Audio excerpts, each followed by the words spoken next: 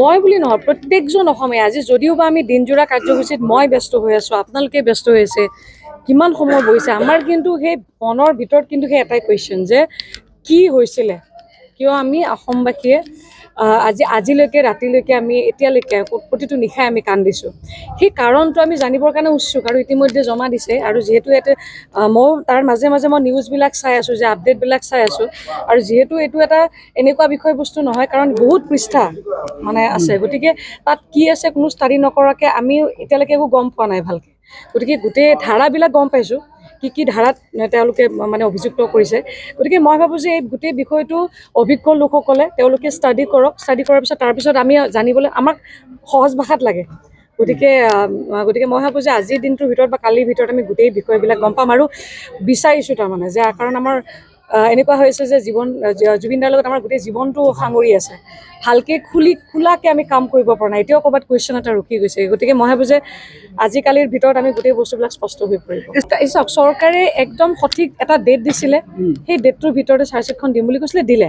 এতিয়া বাকীখিনিতো এতিয়া দাখিল কৰিছে আদালতত, এতিয়া আদালতে কি ধৰণৰ কি কৰে সেইটোতো আমাৰ হাতত নাথাকে। গতিকে চৰকাৰে সময়মতে যিখিনি কথা দিছিলে, মাননীয় মুখ্যমন্ত্ৰী মহোদয়ে যিখিনি কথা দিছিলে সেইখিনি মতে কাম কৰিছে। বাকী এতিয়া আদালতত ন্যায় আদালতে দিব, মুখ্যমন্ত্ৰীয়ে নিদিয়ে বা আমি কোনো মানুহে দিব নোৱাৰোঁ।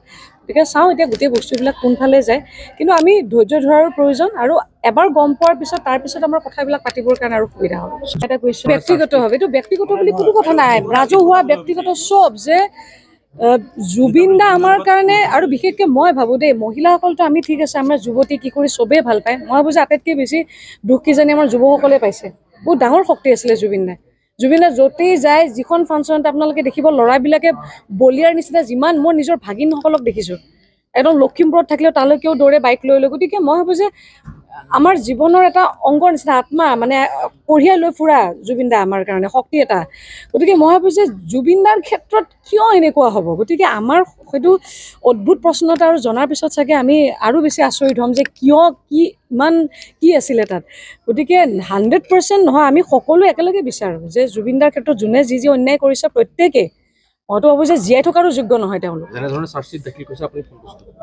এতিয়ালৈকেতো মই গমেই নাপাওঁ, আপুনিও গম নাপায়, গোটেইখিনি ওলাব দিয়াৰ পিছত গম পাম। ২৬ৰ নিৰ্বাচন আহি আছে, গতিকে আপুনি পুনৰবাৰ আকৌ মোক লৈ পেলাই মই ভাবোঁ যে একো চিন্তা কৰা কাৰো প্ৰয়োজনীয়তা নাই। মই নিজক লৈ পেলাই মই বেছি চিন্তা নকৰোঁ, কাৰণ আজিলৈকে মই যিমান মোৰ নিজক লৈ পৰিকল্পনা কৰিছোঁ একোৱেই হোৱা নাই। গতিকে মই ভগৱানৰ ওচৰত এৰি দিছোঁ।